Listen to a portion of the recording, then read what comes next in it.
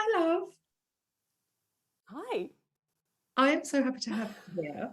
I love when I'm able to catch up with people that I have known for a while. And at this point in my career or in my life or in whatever, I'm very fortunate in as much as I'm still here, even though the iteration of that has changed and kind of what I'm doing for business and all of that has evolved.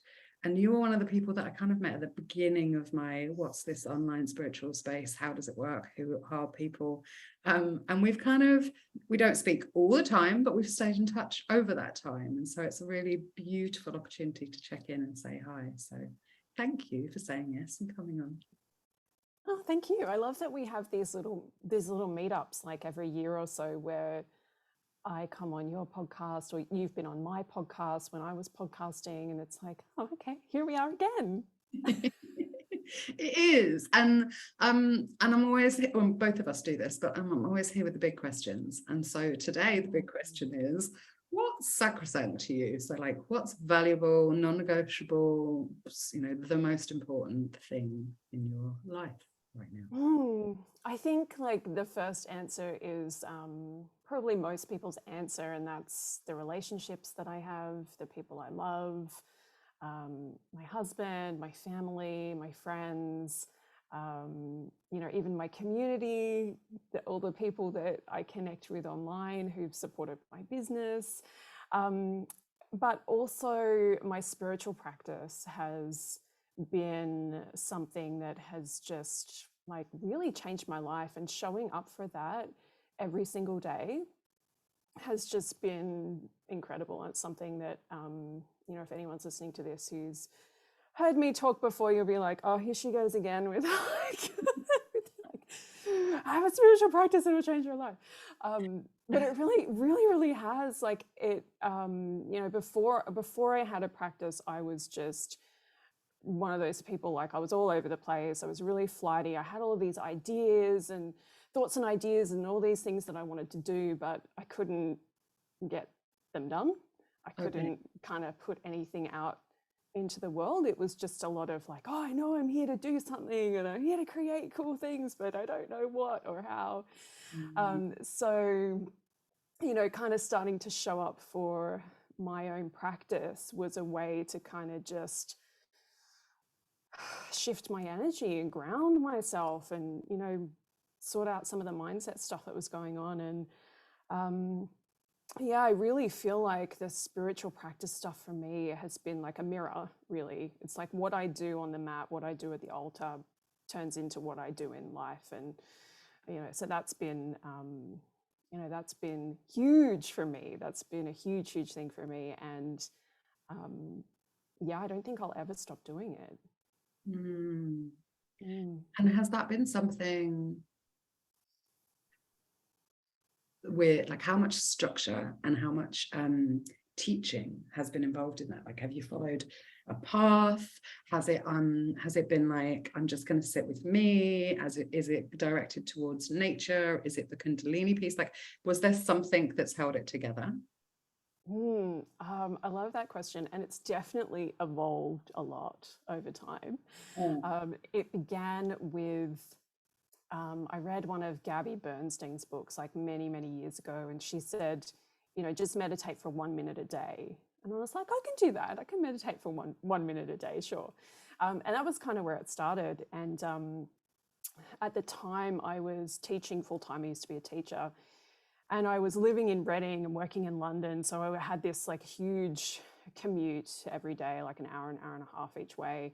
And I was like, okay, I can do 1 minute. So before I left the house, I put the timer on and just closed my eyes. I didn't know what I was doing. I didn't know how to meditate. I didn't know what I was if I was supposed to be clearing my thoughts or thinking about something, or like what I was doing. I just, sat there and closed my eyes for 1 minute. Mm. Um, and at first I was kind of like, what's the point of this? Nothing's happening. And the more I did it, the more I was like, oh yeah, I get to just sit here for 1 minute. Like, this is cool. And then I was like, oh, maybe I like this. So I kind of went on a journey from there to, learn more about meditation, different spiritual practices. a big part of my practice has been like visualization and energy work. So one of the first things I started doing was just visualizing myself clear at the beginning of the day, like just doing some white light or violet flame and just kind of clearing my aura and my chakras, doing my grounding cord, my bubble of light, you know, all of that stuff that we do at the beginning. And then it just kind of grew from there, and it started off being this 1-minute practice, and then it grew to, you know, talking to my spirit guides on my commute. And then, you know, a few years later, I found Kundalini yoga, and tarot and oracle have always been like a part of that as well. Like that was, you know, something I've been doing for many years. Before I even had a spiritual practice, I would sit down and, you know, consult the cards. But yeah, then Kundalini yoga kind of came into my life quite magically. And that kind of began as, you know, I'd get online and I'd do a class every now and then. And I was like, oh, this is good. I might just try and do a class at least once a month. And then I was like, I've got to do it once a week.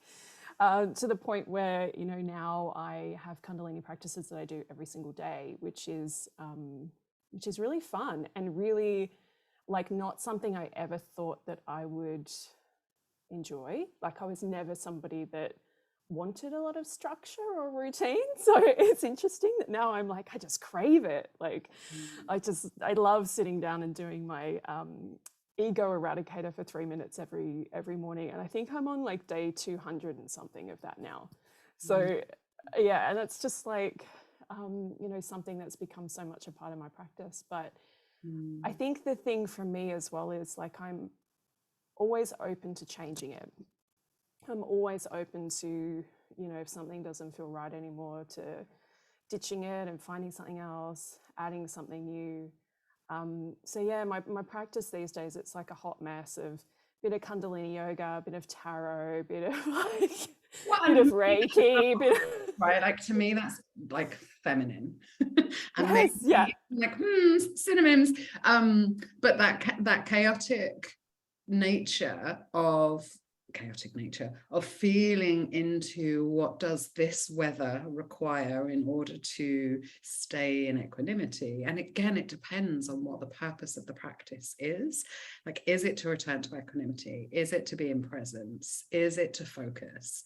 Is it to be in yin and so receive? Is it to find a little more discipline in your day? And I think when we show up for ourselves and our connection to something greater, or the collective consciousness, or whatever, there can be something really powerful that drops in that allows alchemy to happen. And for me, what you're describing, you know, starts as, or at least in my experience, starts as a I am a student type place, and moves into and away from and out of this hierarchical, very masculine or very patriarchal, there are stages to enlightenment piece, into a much more circular or spiral, just a relationship with being, a spiritual being having a human experience.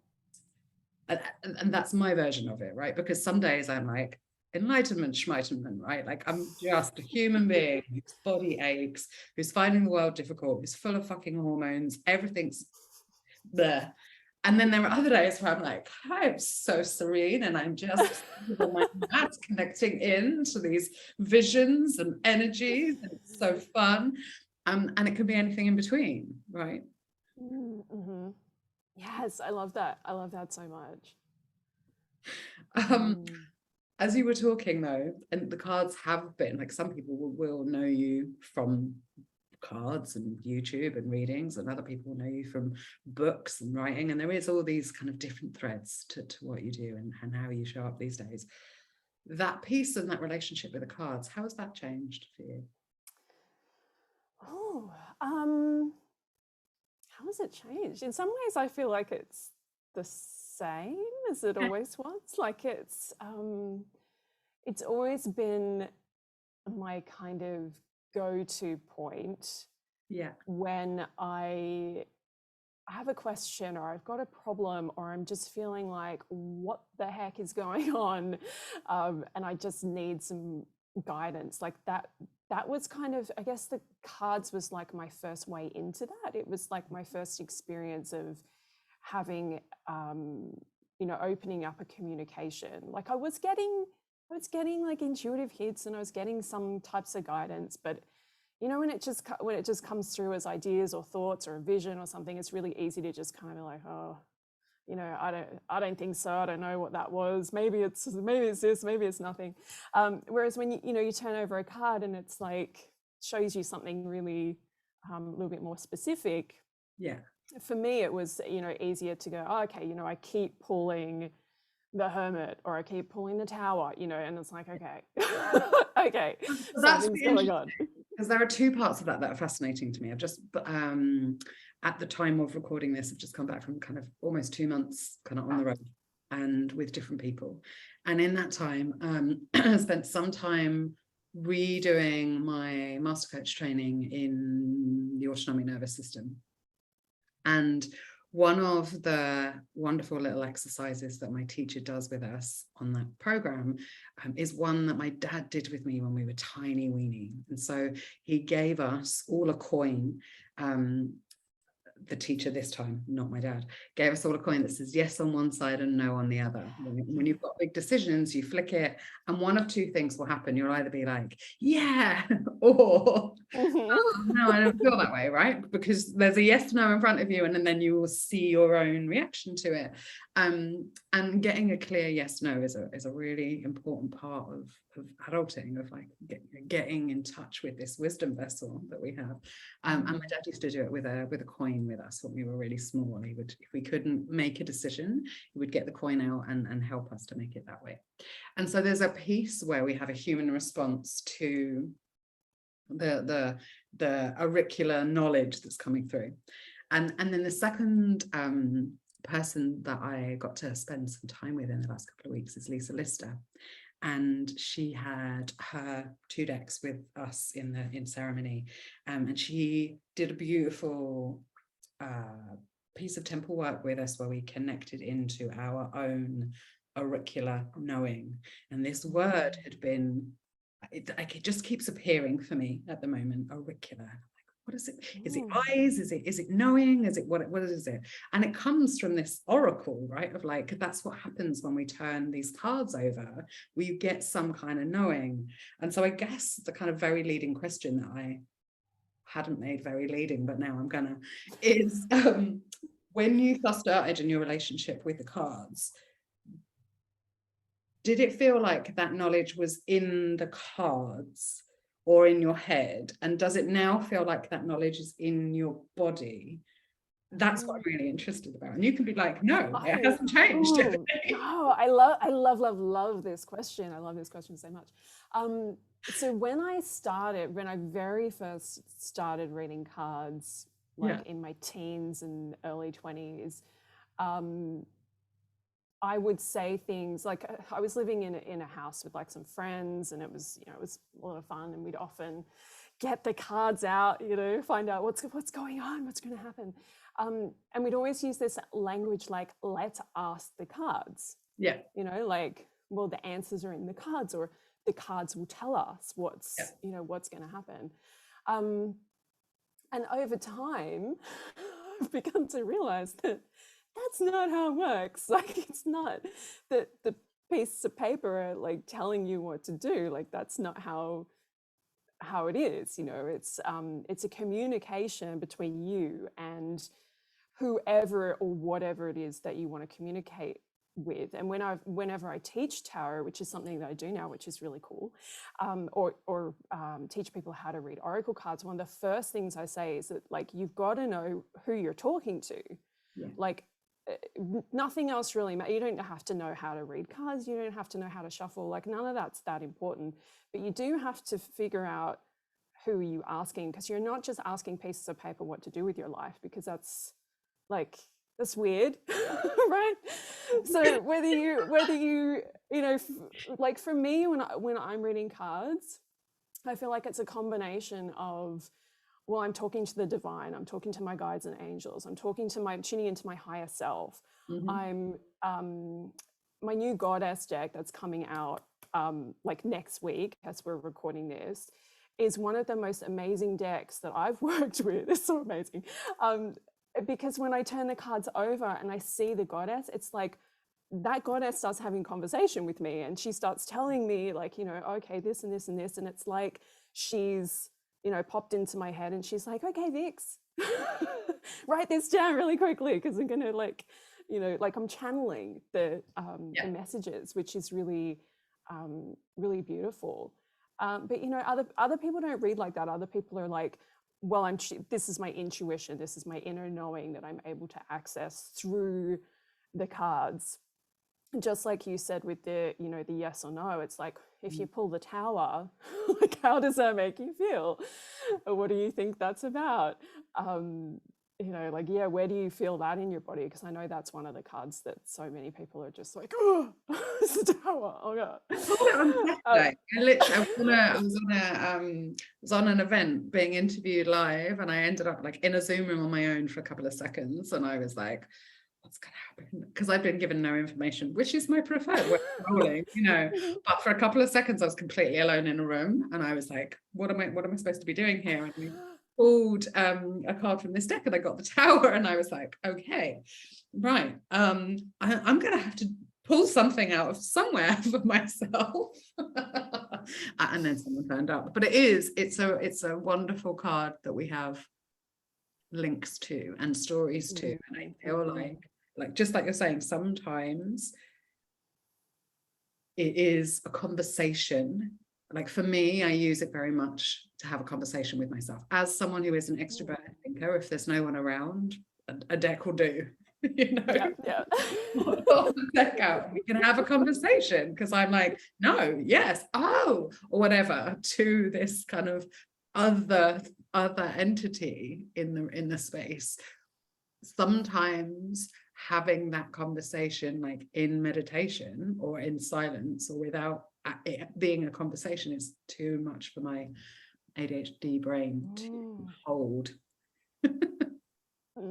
Yeah, I think that's really interesting too, how everybody has their own way of kind of working with the cards. Like one of my favorite ways is to do a reading for myself, but to journal at the same time. So when I turn the card over, I write down, you know, everything that's kind of coming through for me. And as a writer, you know, it makes sense that that's how it works for me. But yeah, everyone's got their own way of kind of you know, making it work for them, which I think is really cool. I love that. I did that at the beginning of this year. I pulled a card for each month, and then rather than doing anything with it in the moment, had it in a particular journal. It's actually this journal here. And at the beginning of each month, because it's coming up to October, I will then open it on like, what did I write the card was, and then journal about that at the beginning of the month. And it's been a really interesting, because each one has been like, oh my God, how did this deck know this in January?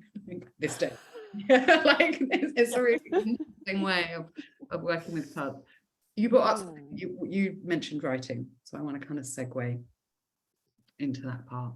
How has your relationship with writing shifted in the last, I don't know, year or so? Like, has it changed? Is it as important or as a part of your life as it has always been? Yeah, I think there's something really interesting that happens when you go from being, I want to be a writer, to being a writer. So I wrote, gosh, what was it? I mean, I've been writing forever, right? Like I've been writing stories. You know, when I was a kid, I loved writing stories. But there's also a massive shift between writing stories, putting things out there, and then getting like your dream publisher to actually be like, hey, will you write books for us? Well, yeah. It's an interesting journey. But yeah, so I kind of, you know, started off just liking the written word when I was younger. Then when I got a bit older and I went into high school, I sort of lost interest in a lot of things at that time. You know, I kind of just went into that, like, I don't know, all I cared about was going to the mall and you know, boys and whatever. So I didn't really, you know, I sort of like handed in assignments, but the teachers were like, oh, you're not very good at writing. And I was like, okay, like whatever, give up that dream. But then, you know, later in life, I kind of came back to it and I was like, I actually really love writing. And I, you know, I had so many different blogs over the years. I had like a personal, what were those personal diaries that you used to have in like the late 90s? I can't remember what they were called, like Live Journal or something. Yeah. And you just put all your secrets on the internet for for like everyone to see, but you'd use a fake name so no one would know it's you, right? Yeah. Yeah, so I had like all these different blogs and I love doing that. And yeah, and so then I, you know, I started writing my first novel, which was, you know, at the time that was like the big dream was to be a fiction writer, and it's still one of my big dreams, to get my fiction like more out into the world. But that was kind of the thing I wanted to do. So I spent 10 years writing my first novel, which wasn't like, oh, I'm working on this every day for 10 years. It was more like picking it up here and there and getting excited about it and then getting busy. But, you know, it was about 10 years from the moment that I sat down to start writing that. And then when I decided to self-publish it after many rejections from many publishers and agents, I was like, screw it, I'm just going to put this out into the world. So I did that, and then I wrote my second novel. And then I got a book deal with HarperCollins to write Witch Please, which was my first spiritual book. And so I wrote that. And then I wrote, can't remember like what order this all happened in. Then I wrote the third fiction book. Then I wrote my first deck, did my first oracle deck with Rockpool, which was a really interesting experience because I thought doing a deck was going to be really easy, but it took me just as long to write the guidebook for that as it did to like write a whole book. So that was interesting. And so now I'm kind of in this beautiful space where, you know, I can't talk about them too much, but I'm pretty sure I have 2 books coming out next year and a deck coming out at the beginning of 2024. So it's like, okay, this is what I do now. Like this is how I spend my days. I sit at the laptop and I write, or I try to write. Yeah. And so your question, I can't remember your question now, just around how. Well, and I guess where we were going was like, you know, before we started this conversation, well, before we pressed record, we were talking about like what happens when you hit, when the dreams that you have been working towards are now your reality. And the question I asked was like, how has your relationship with writing changed? And so somewhere in between those two, that's what I want info on, the scoop. Yeah. It's different. It's really different. It's really different when you have this, you know, when you have a deadline and you have like an important publisher that wants something from you by a certain time and you think, gee, that's not very much time actually. And then you have to sit down and you have to do it. And I think what's been really interesting is that you do all of this work, right? Like you do all this work on yourself and you clear your old stories and you clear your like your mindset stuff and you work on your energy field, you do Kundalini yoga and you get to this place where, wow, I'm in this place now where I'm attracting these opportunities, which is like, you know, everything that I've been working towards, everything that I've been asking for. And it's like, this is amazing. But then once you kind of go, it's like there's this threshold or like this portal that you then walk through and you think on the other side of it, everything's going to be like sunshine and roses and you'll never have another problem. And it'll just be like, oh, but wow, you know, I'm like living the dream and whatever. But it's like, once you get to that place, there's like a new layer of stuff that you have to work through. I love the fact that this, and I love the fact that this surprised you. And And what's so interesting about this is I think so many people feel that way. And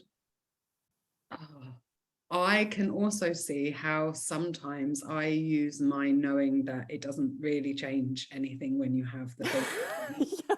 Stop myself from actually getting all the way there. Ooh, that's And one interesting. of the teachers I once worked with, or one of those wonderful kind of insightful coach people, was like, you need to have a vision beyond the vision. Like, what's the vision beyond the vision? Otherwise your ego is going to stop you short of the end because it feels like it's going to die, blah blah blah, right? And I've taken this further, and I've spoken about it with my with people who come to me for wisdom or whatever, or ideas or concepts, or helping them have things land. I am at this really weird place in my life where there is no vision beyond the vision, and no matter how much I sit on a mat and meditate, or swim in the sea, or plug into my heart, or tap into my womb space, or like ask the universe what's next, there's nothing. And because I don't just want more, like, no, that's not, like, I'm not a 6-figure, 7-figure scale. Like, I tried that shit and I hit a wall, and it's actually this is what I want. And so that for me is a really interesting, I'm not saying there's an answer to this, or that we're gonna find together in 4 minutes, but I feel like it's worth airing, right? Like, right now there are people who will be looking at me going, she is living the dream. I'm like, I live my life in 2 countries. I have a great home here. I swim every day. I have a level of freedom, spiritually, physically, you know, all of the things. There's a level of freedom in my life, which is pretty cool, which I've always wanted. And I don't know what's next. And I feel like, as a person in some kind of putting their life out there, who's chosen a kind of social media path to come and work with me, marketing, right? I feel like I'm supposed to know what the vision beyond the vision is, and actually really meeting the part of me that's like, nah, we need to live planless for a while, has been a really an interesting learning space, let's say.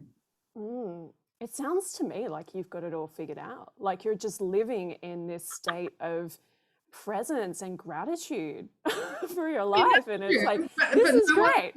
No one is sending me great opportunities right now.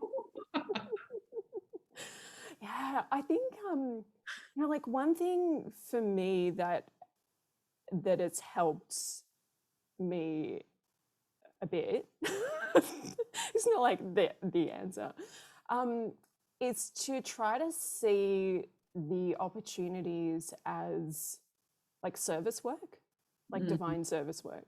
And these are just like assignments from the divine. Because, you know, I got myself in a bit of a tangle this year. I'll probably talk about this more at some point once I'm out of it. Yeah.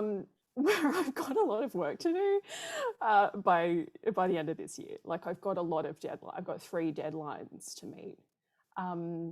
And it's pretty easy to kind of get yourself freaked out about that. And I will admit I'm a little bit freaked out, but there's also a part of me that's like, it's going to be, you know, it's going to be fine. And you wouldn't have got all these assignments if you couldn't do them all. And I feel just bringing it. Yeah, sorry. Sorry. I was just going to say, like, bringing it back to that point of like, these are just assignments, and they come up, and it's like, oh, okay, universe wants me to do this, so I'll do this. And then when there's no assignments, it's like, well, I guess the universe doesn't want you to do anything right now. That's lovely. But and even not but, I also feel like, and coming back to what you were saying before, like, whatever the opportunities are that are coming your way, however prestigious they may seem, they're still just life. Like, life is still happening. And that can work the other way too. I think sometimes in spiritual circles, there's very much this, like, if good stuff's happening, it's because you've been spiritual enough. And if you're getting like cancer or a parent dying, well, it's because you haven't been spiritual enough. And that really irritates me, because it's not like you can't out spiritual bad shit happening, and you can't, like, it's not helpful to then also like praise yourself when good stuff happens, because it means that you've been good enough to earn it, right? And so for me, the piece that's really important across all of that is, no matter what opportunities are coming your way, life's still happening. You know, things are still like, you're still you. The world around you is still the world around you. Your relationships are still your relationships, and you know, all of that stuff. Yeah. Yeah, I love that. I think it's really important to remember that. Yeah. Yeah. Yeah. And I'm excited for you to meet all these deadlines beautifully and have exciting stuff to share with us. And actually, by the time this comes out, you will have met all of those deadlines. I like that. It's like future me is like somehow connected to this, and she's there and she's like, can you just like get out of your own way and stop worrying about everything? Just do the work. But that worrying piece, like, ultimately comes back down to that presence, right? Like, can you be with the now? Because that's all we have. And I think that's really easy to do when you don't have a lot of deadlines. Well, you know, I had an experience last year where I lost my business, I lost all my friends, I lost all my money, and I kind of completely started again a year ago. And there was a while where I was like, I'm too old for this shit. Like, I'm too old and I don't have any patience left to start again. And that remains true. And yet it's my life. And there's times in that where there's been situations around money that I haven't experienced for a really, really long time, of like a big bill coming in and there being no money in the bank, right? And I could very easily go into that I'm not spiritual enough, and I've clearly mucked up somehow, and that's why I'm on this game. But I choose not to, and I choose to be the other side of it, and to really stay in the presence of, and curious around like, how am I gonna, like, where is this going to come from? What is the creative solution to this situation? Like, and so the pressure, because my life hasn't, the things I want in it, the lifestyle, the people I hang out with, the things I spend money on, they haven't changed. Just the way that money comes in definitely has. And so there's been a really big gap, which could have felt like pressure. And I feel like, you know, all the training that we do on the mat, in front of the altar, like throughout the seasons, is really to train us to be a ninja for life, and to be like, how present can you be in the face of pressure? I love that. I love that so much. And I think, you know, going back to what we're talking about with spiritual practice, I think that if I didn't have my spiritual practice and I wasn't doing all these things and showing up and knowing that I can show up and that I can do this practice every day, you know, I might not be here talking to you right now. I might have like cancelled this. I've got too much to do. I can't go on this podcast. 100% get that. You know, I 100% get that. Yeah.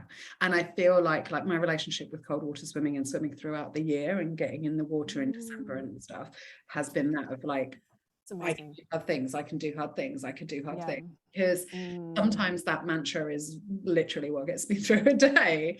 And I feel like it's really important for people maybe listening to this who are just starting out or haven't got the years of wisdom and experience that we have. To hear us talking about this stuff is, to me, more inspiring than like, we made it and like life is really rainbows and sunshine, you know? Yeah, that phrase is like coming to mind, like feel the fear and do it anyway, you know, like feel like you're freaking out and like, how am I going to get this done? But just show up and get it done. Like, I'm just, you know, it's gonna happen. It's gonna happen somehow. And I love what you said about being curious about that, you know, like, I know, it'd be interesting to look back. It'd be interesting to listen to this. That's like when it comes out and be like, Oh yeah, I remember when I was a little bit like freaked out about that, but hey. Yeah. Yeah. Well, I will send it to you and we'll do that. Any last messages for people around the conversation that we've had? Because I'm going to wrap it up. I'm going to stick all your links in. I'm going to make sure all the links to the decks that you have not yet written, or the writing, or whatever it is. I mean, I have no idea. I'm just making stuff up now. Whatever is coming, I will put links to that in this, and also check in with you and be like, how did it happen? How did it happen? How did it happen? How did it happen? Yeah. Anything you want to add before we disappear? And I've got one question specifically for you that we're going to do in Sacrosanct Secrets. Yeah, no, I can't think of anything. Like there's nothing that feels like, oh my gosh, we need to say this. Actually, I think one thing, I feel like we spoke a lot about, well, you get to this place where all your dreams have come true and then it's just like, meh. Like whatever, but it's not like that. It's not like that. I just kind of wanted to add, that this is actually, it's amazing. And hearing you talk about you've got to this amazing place in your life where you're living this lifestyle that you want, you have this freedom, like there's all of these things that you've manifested and created for your life that are what you wanted. And I think there's a lot of things that like you get to a place where you manifested some of the really big things. So now it's just like, okay, well, what's next? Like, let's sit in this and enjoy this for a while, and then, and then go wherever we're called next. But, there's this part of me right now that's having a little bit of a freak out of like, how am I going to get all of this stuff done? But there's this other part of me that I meet when I'm on my mat, I'm at my altar, and I, just close my eyes and take a deep breath. It's like, oh my gosh, like this is so cool. Like this is amazing. And isn't it amazing that like my biggest problem right now is that I have too many, like I have too many contracts and I have like too many deadlines with like 2 different publishers, and it's so overwhelming. And when I kind of like, come back into myself and really look at what's going on, there's so much gratitude. Like there's so much gratitude. But I think it's like, that balance, and like you can feel both, right? Like you can feel like what is happening and wow, this is amazing at the same time. And I think, that's life, right? Yeah. And for me, everything comes back to the the both and, because I feel like when I started out on this journey to success, and if you're listening to this, I put that in air quotes. I kind of felt like it would be linear. Makes me laugh right now. I felt like it would be linear, and I also thought it would be quite binary, right? Like there would be one experience happening, and I think that's what we've kind of talked to today. And the truth is that it's in no way linear and in no way binary, right? Like there are multiple realities happening at one time, and ultimately the more time I spend in reverence and in communion and in a place of listening, the more I understand and can hold more realities at once. And it becomes even less linear and even less binary. And I just get to hold and experience more. And maybe that's why I'm staying still, because it's not about moving forward, it's about going deeper, broader, wider. Exactly where I am. Yeah. I love that. I love that. I think it's really interesting running a spiritual business, because you sort of start out thinking, oh yeah, I'm gonna get somewhere, I'm gonna have these experiences. But because you're like kind of having these two experiences of like the business and the spiritual, the more you go on the spiritual path, the more you realize how much of that stuff is just not real. So you're like trying to run a business from this place of like, I want to make more money and I want to reach more people and I want more Instagram followers and I want to like be so successful. And then there's the other part that's like, But Vix, not like that, none of that means anything. So it's like, it's a really interesting, It is. ride. And it's a kind of meeting world where it's at, because I'm like, in 10 years none of this will matter, and then this other voice is like, yeah, but it's not 10 years, it's now. So, like, it does matter, and if you want to buy things you have to have money, and like, anyway, it's like this whole other But money's not real. Money's just an illusion. Money doesn't really exist. Yeah, but you need to pay your bills. it's all true, unfortunately. Yes. Unfortunately. Yeah. Okay. Thanks for coming and having a mad conversation with me. Oh, that was so much fun. Thanks for having me.